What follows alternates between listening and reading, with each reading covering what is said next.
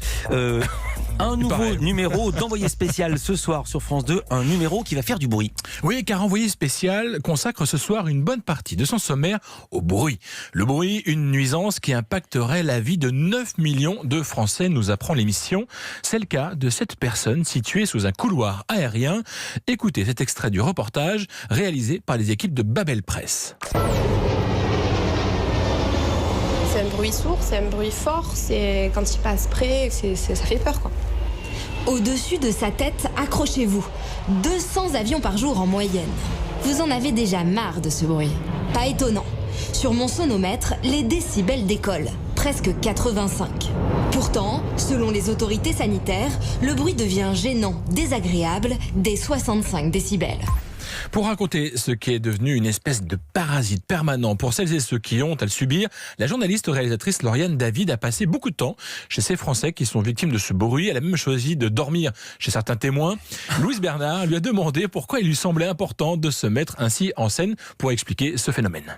L'impact du bruit, c'est sur le long terme en fait qu'on le constate. C'est-à-dire c'est la répétition du bruit. Ce sont aussi les conditions dans lesquelles vous êtes soumis à ce bruit. Par exemple, vous avez votre maison, vous êtes là depuis très longtemps et puis du jour au lendemain, hop, vous avez un TGV qui passe au bout du jardin. Et en fait, cette injustice-là que vous ressentez augmente aussi votre perception du bruit. Et donc en fait, on s'est dit qu'il était impossible de vraiment rendre compte du quotidien de ces familles qui vivent dans le bruit si on n'allait pas passer du temps chez eux. Et puis il y a la problématique du sommeil. Toutes ces familles, toutes ces personnes parlent justement du problème de manque de sommeil. Quoi de mieux que de passer la nuit chez eux pour pouvoir se rendre compte vraiment de ce que représente justement cette vie dans le bruit. Le modèle de Antoine de Maximi, j'irai dormir chez vous, appliqué à Envoyé spécial et au bruit. Problème quand on vit dans un appartement ou dans une maison confrontée à un tel problème. Quelles sont les solutions ? Eh bien malheureusement, c'est souvent l'impasse. Je vous propose d'écouter un nouvel extrait. Un couple se décide à vendre sa maison, sauf que dans ces conditions, c'est l'assurance de perdre souvent beaucoup d'argent. Aujourd'hui, si on prend un produit similaire, sans parler de ligne LGV, sans parler d'environnement gênant, on est sur des fourchettes qui vont de 225 000 euros à 245 000 euros. Par contre, si on part du principe qu'on tient compte de l'LGV, on a une décote très importante qui va faire que votre maison va plutôt se retrouver entre 150 et 160 000 euros, maximum. C'est-à-dire que dalle. Ça vaut plus rien alors. À cause du TGV, leur bien a perdu 30% de sa valeur. Et vous seriez prêt à vendre votre maison ? Mais on se relâche après. Et à qui ? Faudrait qu'on la donne, mais même si on la donne, la maison, personne n'en voudra. En fait, on est prisonnier dans notre propre maison. Ouais. Prisonniers dans leur propre maison, c'est à voir ce soir. Ma vie dans le bruit, un des reportages d'Envoyé spécial ce soir à 21h sur France 2. Daphné Burki, de retour aux affaires médias. Nous l'avions évoqué il y a quelques semaines. Selon Le Parisien, les choses se confirment. Daphné Burki sera d'ici quelques mois à la tête d'une émission consacrée aux médias. Quelle bonne idée. Une émission qu'on programmée le vendredi soir, en deuxième partie de soirée sur France 2, qui marque le retour de Daphné Burki sur une thématique qu'elle connaît déjà bien. C'est elle qui avait lancé le tube sur Canal+ en 2013.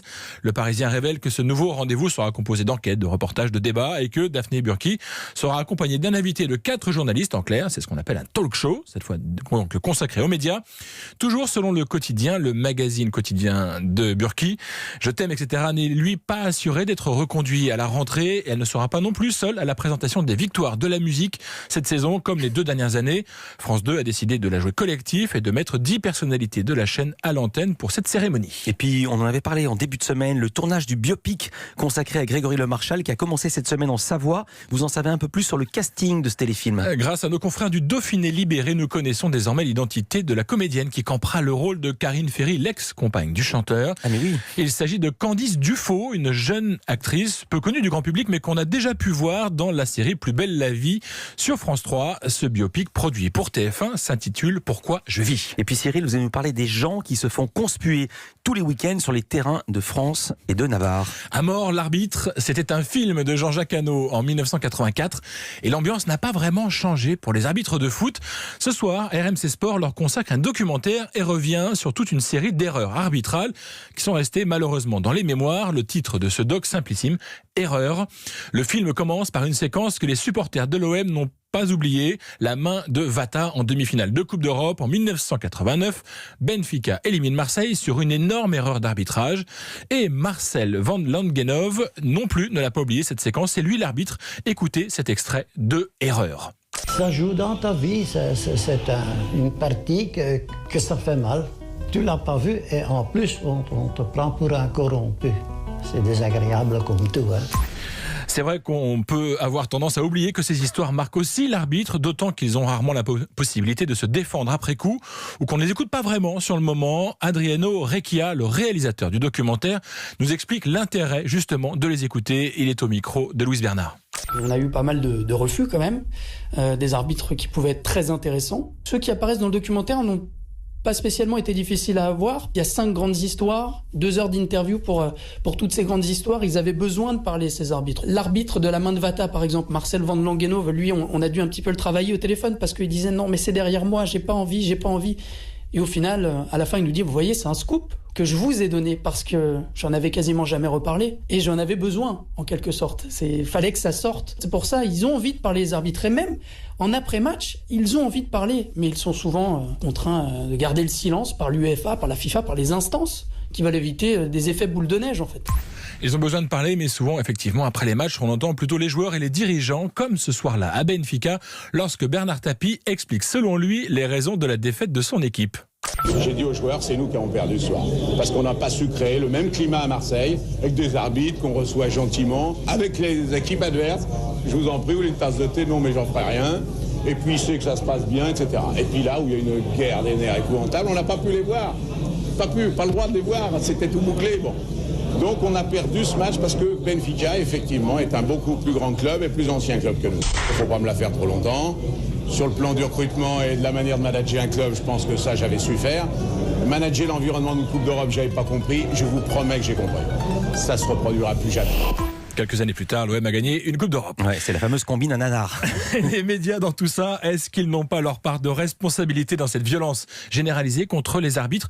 La réponse d'Adriano Recchia, le réalisateur du documentaire. Il y a une responsabilité des médias dans le bad buzz qu'il peut y avoir autour de certaines erreurs d'arbitrage qui ne sont jamais contrebalancées, où on ne donne jamais la parole à l'arbitre et où on va même, je pense aux tabloïds anglais notamment, aller creuser auprès de la famille, auprès des enfants, auprès de la femme, auprès de l'ex-femme pour essayer de trouver des histoires qui vendent. Et là, oui, ça crée des dérapages médiatiques et l'effet boule de neige. Les médias en parlent, donc les gens en parlent, donc les médias en parlent, donc les gens en parlent, mais les arbitres, eux, ils n'ont jamais l'occasion de parler. Ils n'ont jamais l'occasion de se défendre. Donc oui, les médias ont une part de responsabilité. Erreur, c'est un documentaire pour celles et ceux qui aiment le foot, mais pas seulement, car au fond, ça parle surtout des hommes qui sont sur le terrain, pris dans des enjeux qui parfois, souvent même, les dépassent. Le doc est diffusé ce soir sur RMC Sport à 21h. Merci beaucoup Cyril Lacarrière. À demain pour un nouveau journal des médias.